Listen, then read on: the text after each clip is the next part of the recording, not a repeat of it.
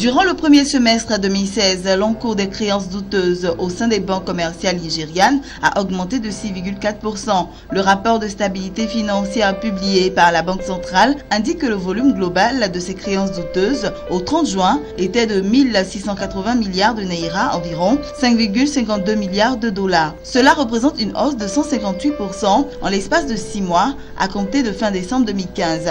Par ailleurs, la Banque centrale du Nigeria a fait observer que 30,9% de ces créances douteuses n'ont pas pu être provisionnées, contre seulement 5,9% à la fin 2015.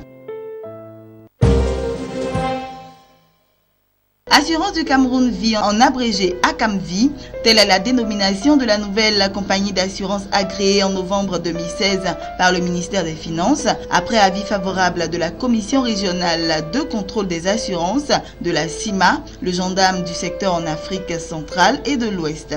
La nouvelle compagnie, qui a aussitôt démarré ses activités dans la ville de Yaoundé et Douala, est dotée d'un capital initial d'1 milliard de francs CFA, dont 750 millions de francs CFA effectivement libérés au 2 janvier 2017, apprend-on de sources officielles. Avec un chiffre d'affaires officiel estimé à 182 milliards de francs CFA en 2015, en hausse de 13%, le marché camerounais de l'assurance est très porteur selon les experts.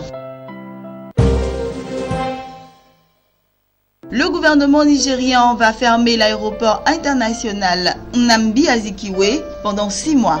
Cette décision a été annoncée ce 2 janvier dans un communiqué du ministère de l'Aviation. L'aéroport de la capitale doit subir des travaux au niveau de sa piste d'atterrissage, qualifiée de dangereuse par certaines compagnies aériennes. Au mois d'août dernier, un avion de South Africa Airways a été endommagé durant l'atterrissage sur la piste de l'aéroport d'Abuja. En octobre, Emirates a cessé d'y faire atterrir ses avions venant de sa base de Dubaï à cause de l'état de la piste.